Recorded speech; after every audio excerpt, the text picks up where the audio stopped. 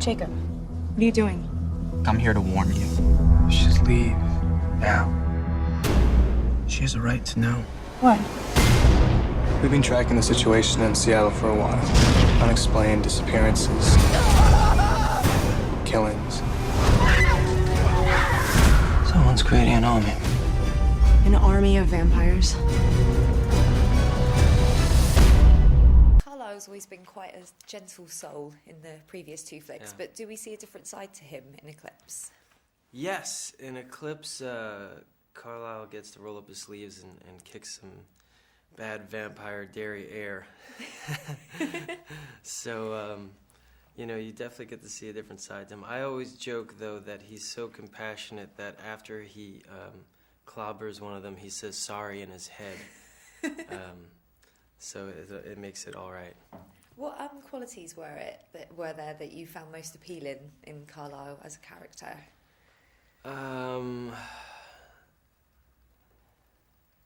I love Carlisle's compassion.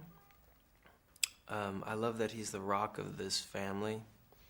And you know, where anything is where all this chaos ensues, you could look to Carlisle for the calm, and I like that about him.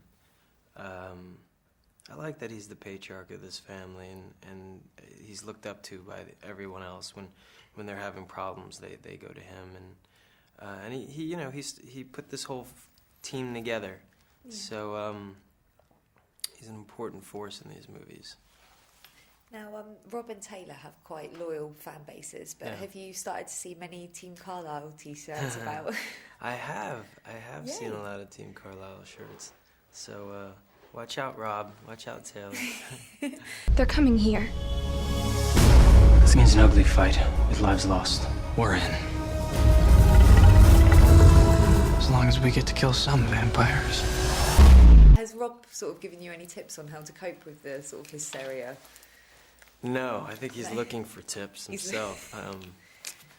I think he's handling it quite well. I don't know if there's any. Everyone deals with it in their own way. And I guess it all depends on your individual personality. So.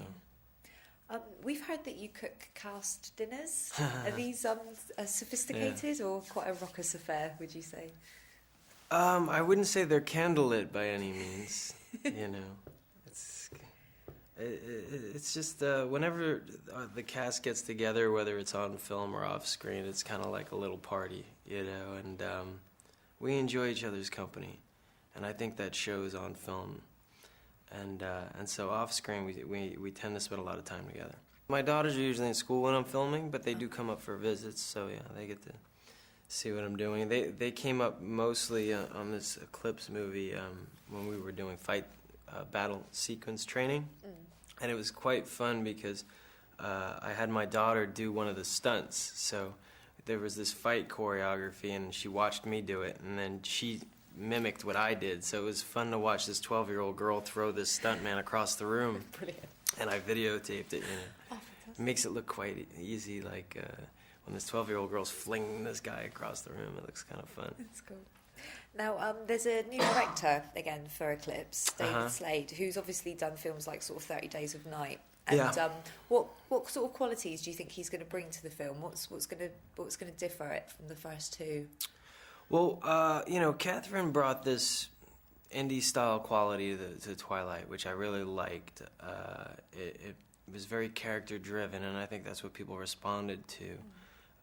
And she has this passionate, frenetic energy. So when she comes on set, everybody, you know, gets excited. And then Chris Weitz was more of a calming force. I always joked with Chris that he was like Carlisle. You know, whenever there was any chaos that ensued, you looked at Chris and he'd just be very calm, and he had a quiet, gentle nature about him. David, I'm hoping, and what I got from his qualities as a director is he had a mix of both. So I'm hoping that with Eclipse he's able to pull that kind of character-driven indie sense with the epic style that Chris Weitz did, you know, in New Moon, and you'll have this great, dark, character-driven, epic movie.